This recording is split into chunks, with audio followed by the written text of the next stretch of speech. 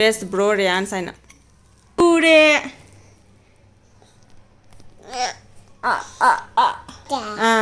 People jaba selasi. Mi ama dugani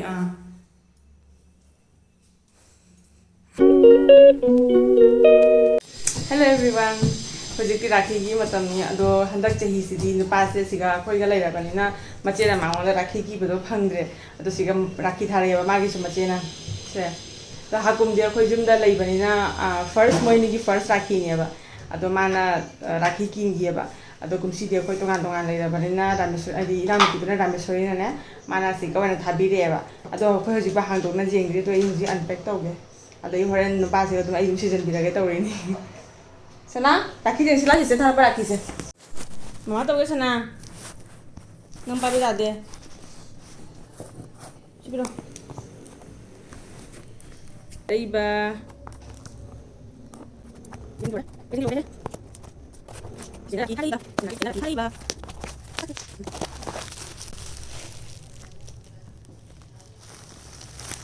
Kiki kono coba.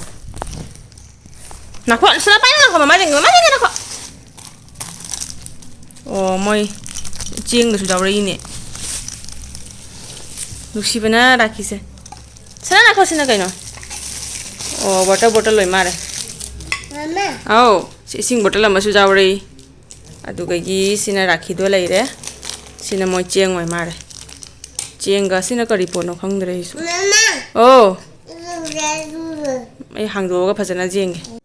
Nang gi re ne du da. Isnu pa ja harau bana loi gre ko. Siga tu customize ni pura best bro Ryan sana ina ko ai di uru de huji to uri na ko ni sana oh na ko nangi ni na ko pi na ko ba mam ta kenom jenge ba se nupa sigi minga thare itu best bro Ryan sana nangi ni ne se nangi ni ne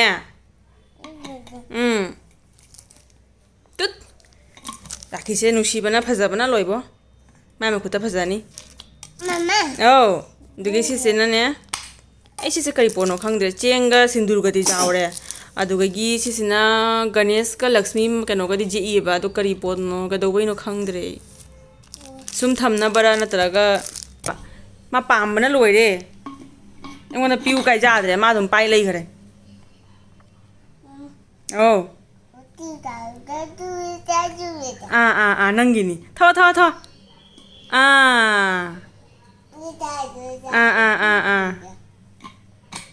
Phajana my favorite way ase.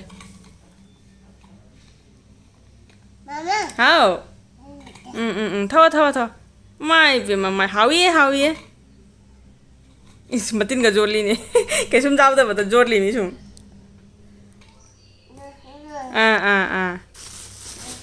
Se hore naina puja tauraga sum sibirani ai di khangde se maning onthoga siga cardam su jawra mi tu Mama. oh happy raksha bandhan aina card dena hangdok tri hujik ba oh ne pa je hujik aina iru thokpi re rakhi sibidingai rakhi ki bidingai da mun pa se na iru thokpi re ba chana chalo jenge hai pro jenge ba chat ba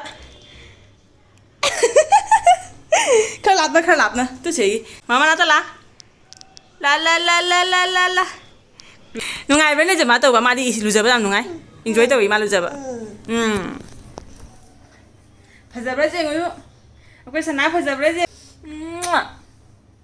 mi che thar pa rakhi ki doi ni huji ko mi jamba to re na le masak phajare mi lu re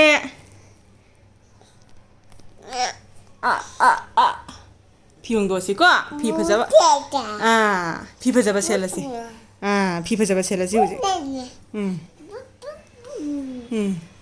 पैसा नागे राखी से मपचे दी मनाक तले तरबनी ना मपाना वने की हलगे दौरिने बा हुजी अदो हुजी देखा लके चिचेना पिरक पर राखी राइट हैंड नि चुमी अमा दुगनी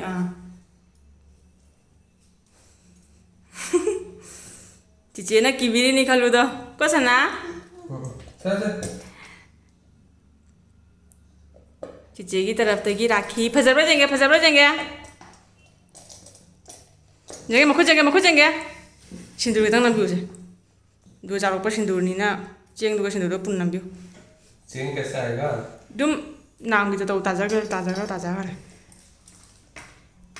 Mithai di laita bani na jalebi bana khatang to in biro se. Haubi. Jega rakhi jenge. Wow, fazaiye. Wow. Smile tao. Tao wala tao ini. Rakhi jenge. Nangi rakhi kadai. Nangi rakhi jenge. Fazaiba jeng na rakhi di tu. Se rakhi tu.